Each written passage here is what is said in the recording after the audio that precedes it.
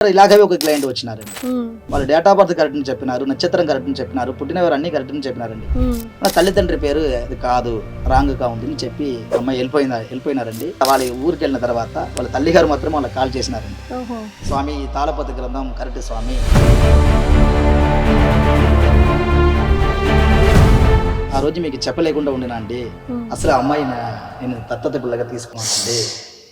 నాడి జ్యోతిష్యం ఎక్కడ పుట్టింది? జనరల్ గా అందరూ అనుకునేది మన నాడి మన చూసి చెప్తారేమో అని. కాదు, నాడి అంటే సర్చ్ అని నేను తెలుసుకున్నా మీ ద్వారానే. దాని గురించి తమిళనాడులో వైదీశ్వరం కోవిల్ అంటే మన పూర్వీక ఊరండి.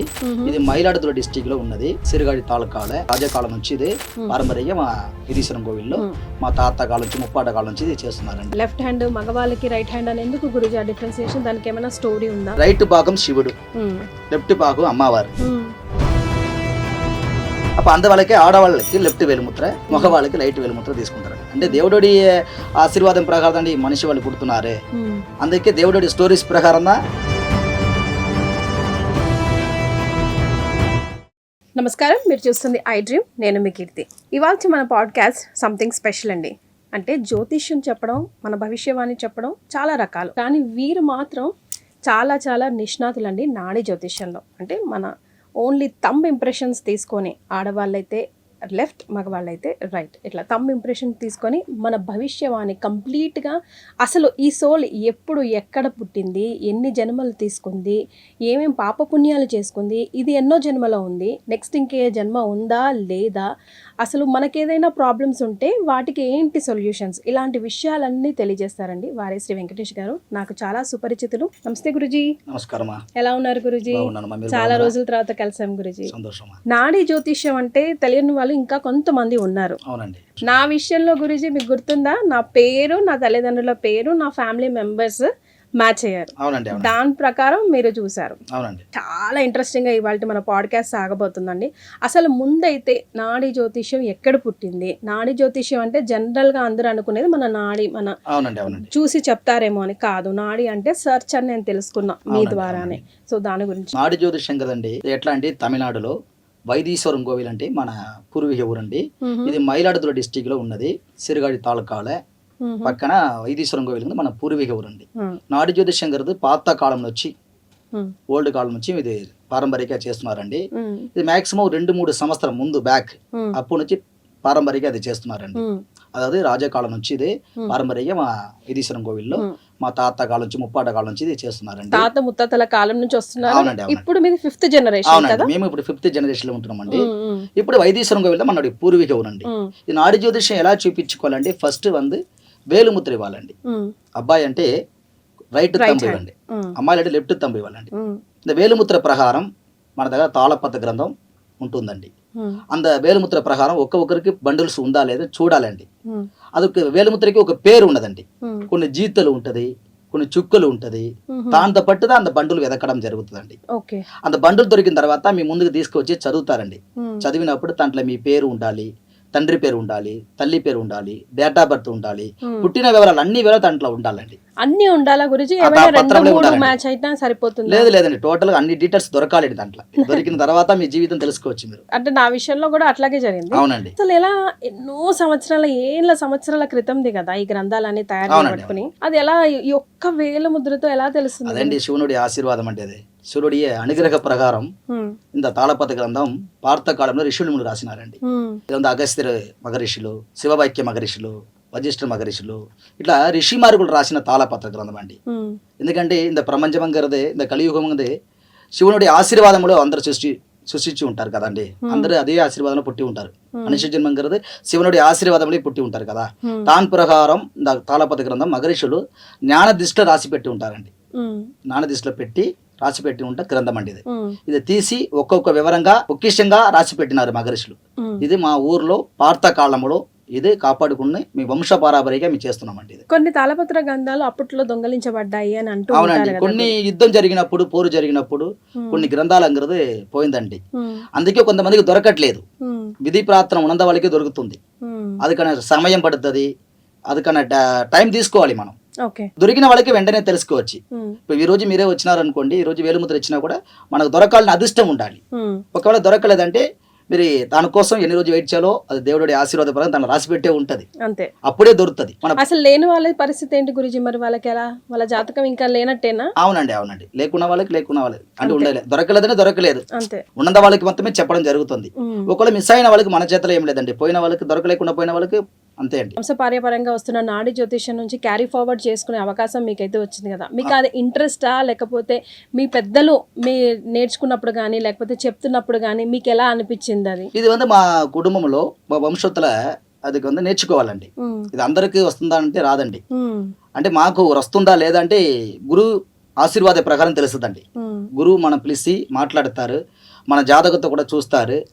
అంటే మీకు అంత చెప్పడం అంత వాక్యం ఉందా, అంత వాక్య సిద్ధి యోగం మీకు ఉందా, 7-8 వయసు నుంచి ఇది కంపల్సరీ వెళ్ళాలి. అప్పుడే మెల్లమెల్లగా ఒక్కొక్కడికి నేర్చుకుని మనం రావాలి. వచ్చినప్పుడు మనకు వాక్య సిద్ధి యోగం ఉందని కూడా అడుగుతారండి. అది ఉండాలి. మనం చెప్పిన విషయాలు జరుగుతుందని కూడా మనకు ఫలపరిచయ చేస్తారండి. అది అన్ని ఓకే తర్వాత మనకు నేర్పిస్తారు. ఆ తాళపత్ర గ్రంథంలో ఉంటుంది, ఎలా ఉంటుంది, ఏం రాసిపెట్టి ఉంది, ఆ లేటెస్ట్ ఎలా ఉంటది, ఇదన్నీ మనకు నేర్పిస్తారండి. దాని ప్రకారం మనం చదివి మనం ఎక్స్ప్లెయిన్ చేయాలండి. ఆ భాష కూడా డిఫరెంట్ గా ఉంటదంట, చాలా కష్టంగా ఉంటదంట. అవునండి, ఇది గ్రంథ లాంగ్వేజ్ అంటారండి. దాంట్లో సున్నా ఉండలేకుండా అక్షరాలు దాంట్లో అది మనం కరెక్ట్ గా చదవాలండి. ఇంత చదవాలంటే గుళం ఉంటుంది. తమిళనాడులో పండార నాయనార్ వంశం అని చెప్తారండి. అది ఇంకొక పేరు కూడా ఉంది, వల్లువర్ అంటారండి. వాళ్ళు గులతలో ఉన్నందుకు మాత్రమే ఇది చదువుతారు. ఇది పారంపర్యంగా వాళ్ళకే వస్తుందండి. ఇది మాకు వంశవృత్తి. ఆలయం పక్కనే ఉంటది కదండి, వైదీశ్వరం కోవిల్ గుడి పక్కనే ఉంటుంది. మనకు సొంతంగా ఇప్పుడు ఆఫీస్ కట్టి ఉన్నామండి. ఆశ్రమ టైప్ లో మనకు ఆఫీస్ ఉంటుంది. మీరు వైదీశ్వరం వచ్చి మనకు కాల్ చేసినారంటే మన లొకేషన్ పంపిస్తాము. మన వాట్సాప్ లో కూడా మీరు మాట్లాడవచ్చు, నార్మల్ కాల్ మాట్లాడవచ్చు. మీరు మన వెబ్సైట్ కూడా ఉండదండి. మన వెబ్సైట్ కూడా www.nadisapdrishi.com ఉంటుందండి. అవునండి, ఓకే. అది కూడా మీరు రావచ్చు. లేదా రావడం కుదరట్లేదంటే మీరు వేలుముద్ర వాట్సాప్ లో పంపించండి. పూర్వీకులు అప్పటి నుంచి దాన్ని అలా ఎలా పదిలపరచగలిగారో అది చాలా ఆశ్చర్యకరమైన విషయం కదండి. అసలు నా విషయంలో ఒక మ్యాజిక్. అవునండి, దేవుడి ఆశీర్వాదం ఇది. అందరికీ కలియుగతలో పుట్టిన ప్రతి ఒక్కరికి తాళపత్ర గ్రంథం కదా పార్థకాలంలో రాసి పెట్టినారు. ఇది ఈ కలియుగతలో చాలా మంది పుట్టబోతున్నారు. వాళ్ళ జీవితం ఇలా ఉంటుంది, ఇలా జరగబోతుంది, వాళ్ళ పూర్వ జన్మం ఇలా ఉంటది, 7 జన్మ రహస్యం గురించి కూడా ఇలా రాసి పెట్టి ఉన్నారు. మనం ఎప్పుడు చనిపోతామో కూడా డేట్, నక్షత్రం, తిది, ఆఖరి కాలం వరకు తెలుస్తుందండి టోటల్ గా. అంత అక్యురేట్ గా రాసి పెట్టి ఉంటుంది తాళపత్ర గ్రంథంలో. ఇది దొరకడమే చాలా మందికి అదృష్టం అండి. అర్థమైందండి. పార్థకాలంలో ఇది రాజులు కూడా మా తాతగారు జాతకాలను చూసి చెప్పి ఉన్నారు. అంటే మా దగ్గర ఒక యుద్ధத்துக்கு వెళ్ళాలి కానీ, ఒక మంచి విషయం చేయాలి కానీ, ఒక టెంపుల్ కట్టాలి కానీ, ప్రతి ఒక్క విషయத்துக்கு మా గులతలో ఉన్న వారి దగ్గర ఆలోచన అడిగిన వారు రాజకాలంలో. అదా తమిళనాడులో పండార నాయనార్ వంశం కదా చాలా ఫేమస్ గా ఉంటది. వాలి వైదీశ్వరం కోవిల్లో ఇది పూర్వీకంగా పాతకాలం నుంచి చేస్తున్నారండి. ఇది స్పెసిఫిక్ గా మేము ఇప్పుడు ప్రాపర్ గా చేస్తున్నాము. సెపరేట్ గా ఆఫీస్ ఉన్నది. మా దగ్గర కూడా చాలా మంది గురుజులు ఉన్నారు. వాళ్ళందరూ కరెక్ట్ గా సీనియారిటీ ప్రకారం ఉన్నది వాళ్ళు ఇది వర్క్ చేస్తున్నారండి. ఒకసారి గ్రంథాలను చూద్దామండి. కంపల్సరీ చూస్తానండి. ఇదేంటి తాళపత్ర గ్రంథం అంటే ఇదే. ఇవి చాలా పాతవి కదా, దాన్ని ఎలా బదిలపరుస్తూ ఉంటారండి? దాన్ని ఎట్లా? ఇది ఉందండి, మేము కంపల్సరీ పొక్కేషంగా కాపాడుకోవాలి, దీనికి పూజ చేయాలి. ఎట్లా అంటే ఇది ఒకసారి చదువుతా అనుకోండి, చదివిన అయిపోయిన తర్వాత ఇది తీసి మనం జాగ్రత్తగా చూసుకోవాలి. ఇదే తాళపత్ర గ్రంథం అంటే. ఇలా ఉన్నది చున్నా లేకుండా అక్షరాలండి. చూడొచ్చండి, చూడండి.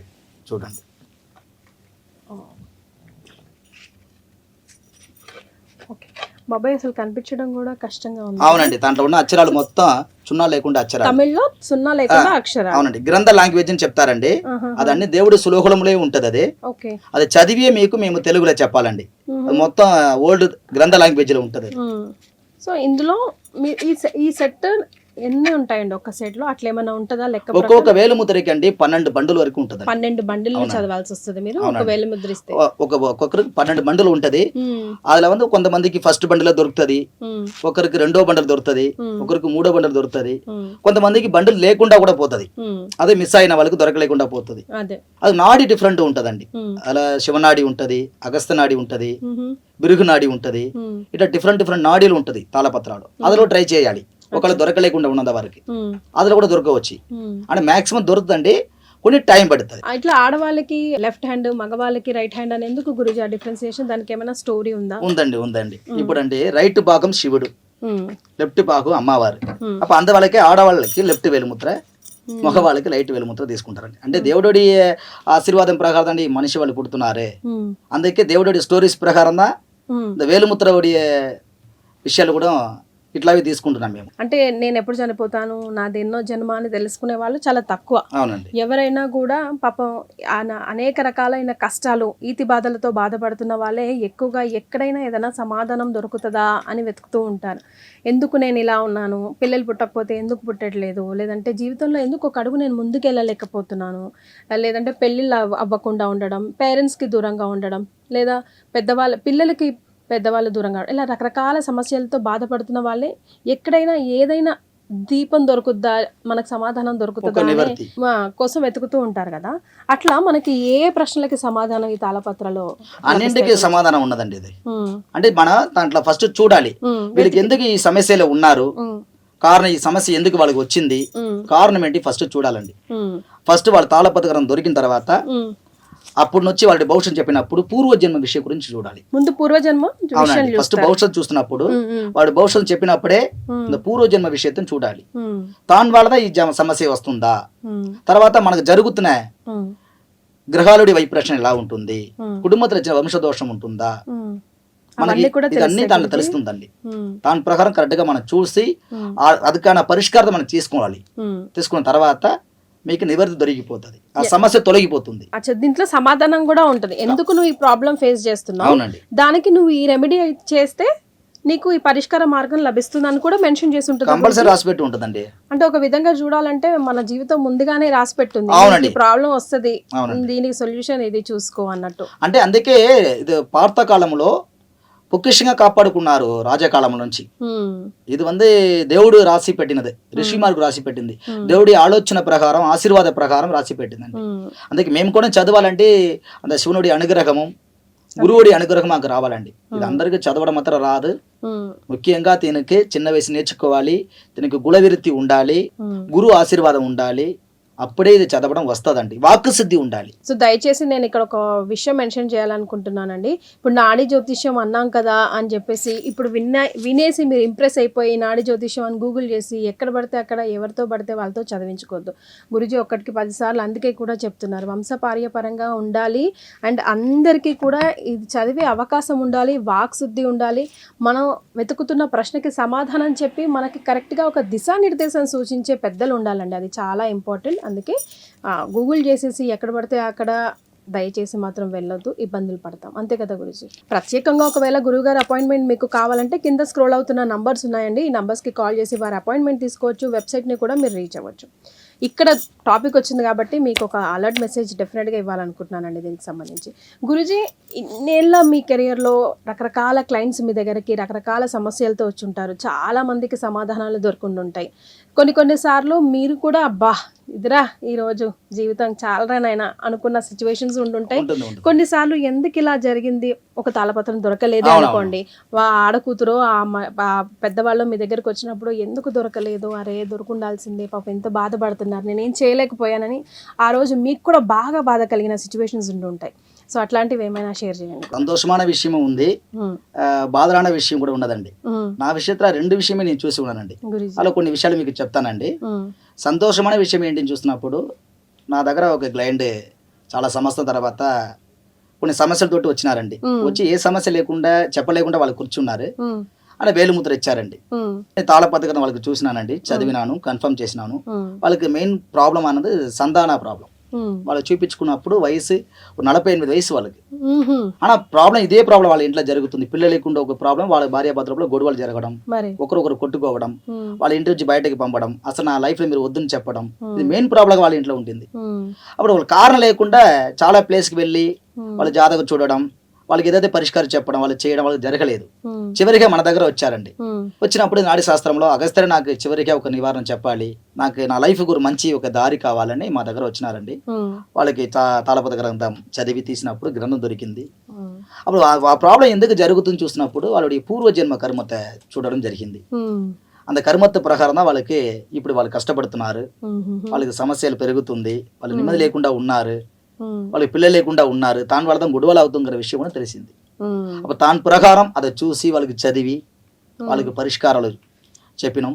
దాని తర్వాత వాళ్ళు వెళ్ళి పరిష్కారం చేయడం జరిగింది. దేవుడి అనుగ్రహ ప్రకారం, అంత అగస్త్య మహర్షి ఆశీర్వాద ప్రకారం, శివునుడి అనుగ్రహ ప్రకారం, మా గురువుడి ఆశీర్వాద ప్రకారం వాళ్ళకి సంతానం పుట్టింది. వాళ్ళకు ఇప్పుడు కూతురు ఉన్నారండి, పాప ఉన్నారు. చాలా సంతోషంగా ఉంటుంది. అది నాకు సంతోషంగా అయింది. ఒక ఫ్యామిలీ మనం కాపాడుకున్నాం కదా, వాళ్ళు సంతోషంగా ఉన్నారు. దిప్తి దొరికిందండి. బాధలన్న విషయం ఉంటుందండి. అంటే ఒకరు ఇలాగే ఒక క్లయింట్ వచ్చినారండి. వాళ్ళు మన దగ్గర జాతకం చూడడానికి వచ్చినారు. వచ్చి వేలుముద్ర ఇచ్చినారండి. వాళ్ళు ఫ్యామిలీ వచ్చారు.